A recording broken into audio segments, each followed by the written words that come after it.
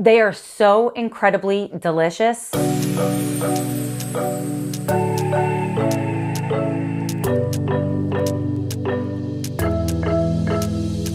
Hey guys, welcome back to my channel. If this is the first time you're here, my name is Tara. Wednesday, during our bonus cranberry sauce episode, which by the way, if you missed, I will link it up in the cards and also in the description box below so you can check it out later. We talked about making these raspberry bars on Sunday, which is tomorrow. I simply could not wait. They are that good. These bars are perfect for your Thanksgiving table, for your breakfast table, for your dessert table, for any table. You guys are gonna absolutely love them. Before we get started, if you have not already, I would love for you to be a part of this community. You do that by hitting the red subscribe button that's right below this video. Tomorrow, we are still making that incredibly delicious cauliflower soup. You guys do not want to miss this recipe. Be sure you click the bell icon. That way you're notified each time I post a new video. I'm going to be sharing lots of tips throughout the video, so be sure to stay all the way to the end. That way you don't miss any of them.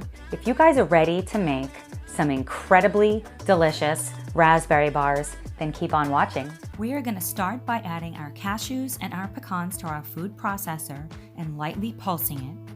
If you only have pecans, use pecans. If you only have cashews, use cashews. Then we're going to grab our almond flour and then our rolled oats. If you are following a low carb or keto diet, substitute the oats for more almond flour and it will be absolutely delicious.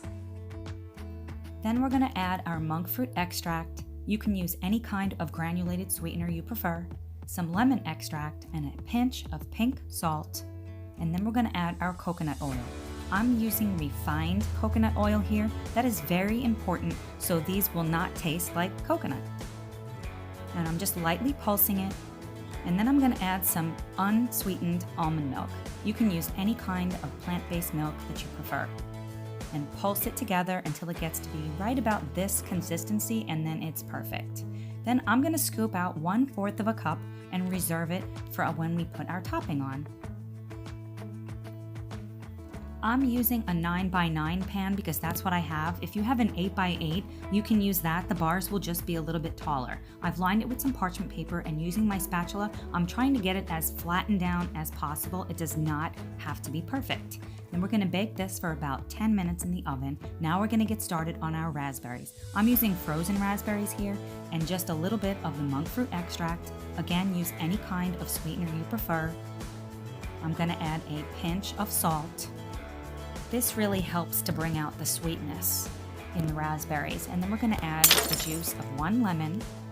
I've made bars on this channel before. They were lemon bars and super delicious. I'll link them below in case you missed that recipe. Now we're going to work on the topping. So I've transferred it to a slightly bigger bowl, and I'm going to add some rolled oats. Again, if you're doing low carb or keto, substitute it for almond flour.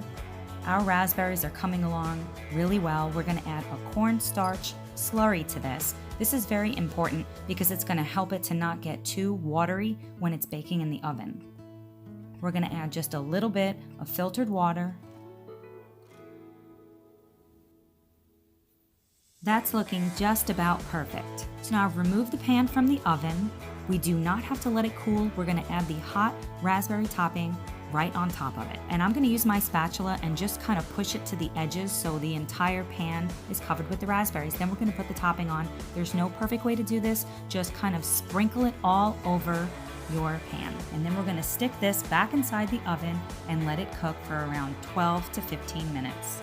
And then when we take it out of the oven, it is very, very important that you allow it to cool completely before slicing it, or you will have a very hard time slicing it up. A great hack is to place the pan in the refrigerator overnight. It's much easier to slice. And after they're sliced, I like to put them inside of the freezer in a single layer, and that way I know anytime I am looking for something sweet and delicious, tastes sinful but it isn't, I grab one out, I'll just leave it on the counter maybe for about 5-10 minutes, and then it is absolutely perfect. You don't need to warm them up. You guys are gonna absolutely love this recipe. These bars are so incredibly easy to make. The texture is absolutely perfect.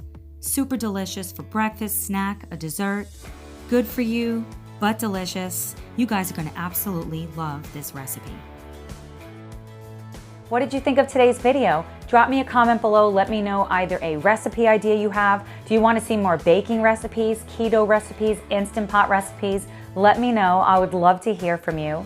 If you liked today's video and you want to see more like it, be sure to hit that like button and share this video on all of your social media platforms with your friends, your family, your coworkers, or anyone else that you know that is interested in healthy but delicious recipes. Thanks so much for watching, and I will see you tomorrow for our cauliflower soup. Bye, guys.